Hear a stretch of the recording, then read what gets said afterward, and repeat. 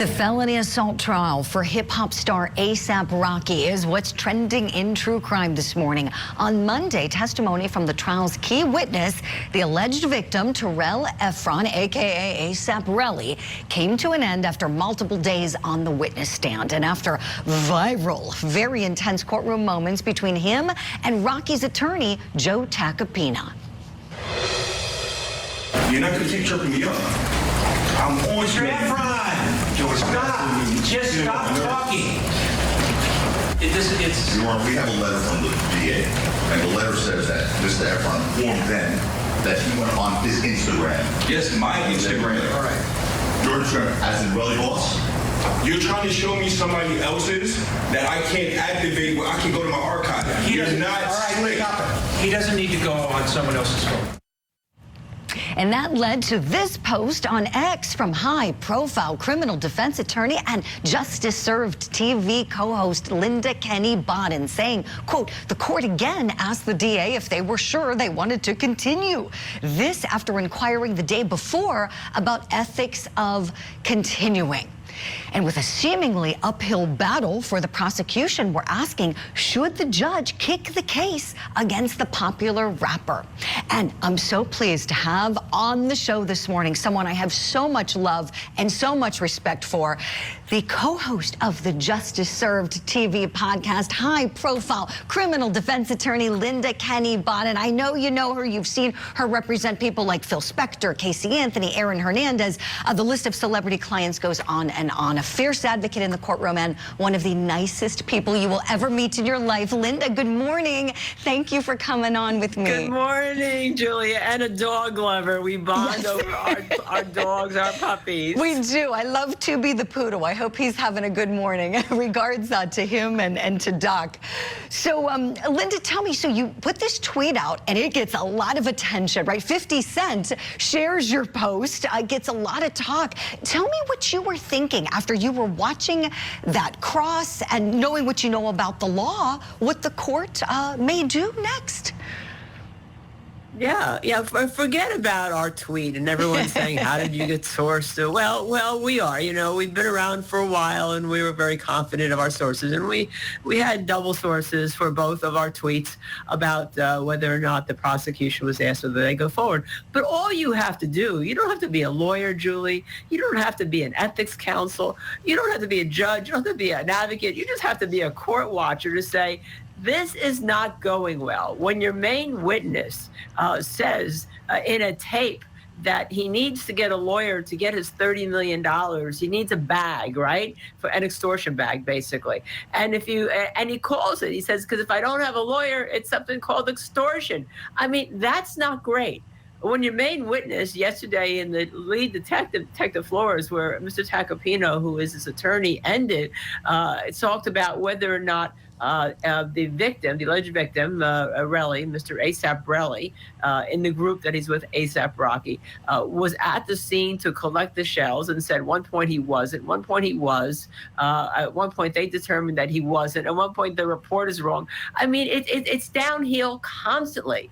And so do you really need our sources to say that it's likely that, I mean, if you've got a brain, you know that anybody who's got ethics would say, hey, are you really going to continue this charade, or do you have an ethics duty here? Have you looked to see whether or not this could be suborning perjury? That would be my concern as a counsel, and I'd want to get ethics counsel if I were a prosecutor dealing with this case at this point.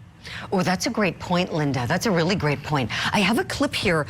This is Mr. Efron, a.k.a. A$AP Relli, getting really frustrated during the cross where Joe Tacopina was grilling him like a steak. Take a look. Yo, you're annoying, bro. Just come on. We need to get to the case. Right. What are we doing here? Are you keeping up? Stop. Are you keeping up with the question? I can't keep up with him. I can't take him serious. No. At one point, Linda, I think one of my favorite moments was when A AP Relli answers a question, yes, no, I don't know. And Joe Tacopina looks at the jury. Yeah, I know you know the moment. He's like, well, pick one for the jury. Pick any answer here. My gosh. That's what I'm doing all week. Yes, yes. I'm doing all week now. Yeah, answer the question. Yes, no, I don't know. Okay, that's the answer. Harkening back to him. No, it's unbelievable what we're seeing. And you raise a great point, because this is a great teachable moment, as you know. And you were a prosecutor, Linda. You served as a prosecutor before entering the private sector and doing criminal defense work. You touched on that ethical obligation. Ethically, you have to have the evidence to proceed. And so here they're saying they've brought this case, but it's not too late to withdraw, which essentially was the point of your tweet, right? Raising the question, hey, after you've seen this from your victim, you could still withdraw this case. And if not, the judge might write a judgment of acquittal or a directed verdict, depending on what it is in California. I know you would know. Would you kind of walk down that road and explain that for our viewers? It could be. Yeah, please. Yeah, it's required, if you're going to take appeal of non-constitutional issues, that you make a motion for a directed verdict after the state's case. And you see it in every case, and it's normally denied. I'm not sure that it would be denied, but it's an extreme remedy here. But after the end of the whole case, you can also make a motion for a judgment of acquittal. And even after the jury comes in with their verdict, you can make a motion to set aside the jury's verdict. So the defense has 3 opportunities here, and the prosecution has 3 opportunities also. But what I'd like to see, Julie, is I just was on a panel last week with the head judge. We don't call it the Supreme Court here. We call it the Court of Appeals, all right, Judge Rowan Wilson. And we talked about having transparency in the courts. There's a gag order here. All the judge needs to do, and by the way, it was asked for by the DA, but all the judge needs to do is undo the gag order, let the attorneys and the DA's office speak to these allegations, speak to whether or not they've considered withdrawing the case, or whether or not they've been asked to consider to withdraw the case. And then if we had this transparency, all of us would know what's happening in the courtroom. And I think that's the mistake that's being made here in this trial. When you see this witness, who a jury is being asked to rely on to prove the whole case, in my opinion, to come to a verdict and put a man in jail for a very long time. Excellent point, Linda. Tell me what you think about all of the fighting we're seeing in the courtroom between Deputy DA John Lewin and defense attorney Joe Tacopina. It's getting so bad, the judge said you two don't talk to each other except for when you have to address trial business. There were rules about civility, aren't there, Linda, in the courtroom for lawyers? What do you think of this as you're watching it?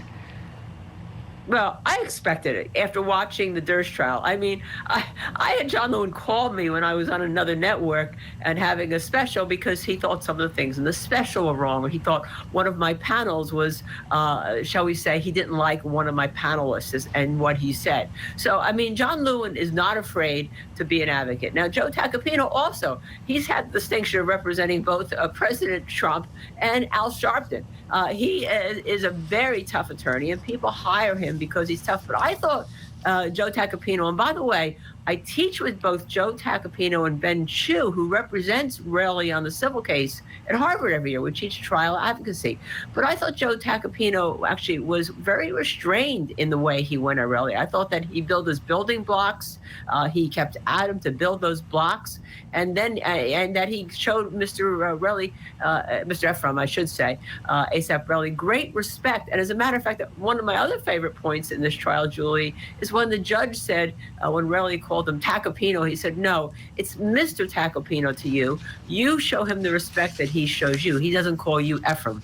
And so I think that was another teachable moment, that not only attorneys, but victims and witnesses can't lose their cool when they're being examined about a case so serious as this. That's so true. A perfect point to end on. Linda Kenney Baden, we love having you on this show. What a treat this was today.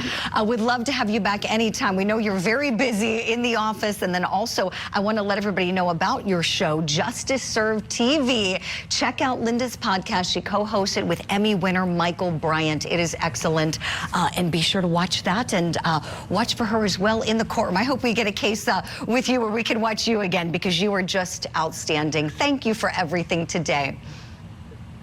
Thanks, Julian. You know, we love you, and my best to your family and the puppy. Oh, thank you so much. We'll see you soon. And still to come here on opening statements, we've got Stephen Stearns.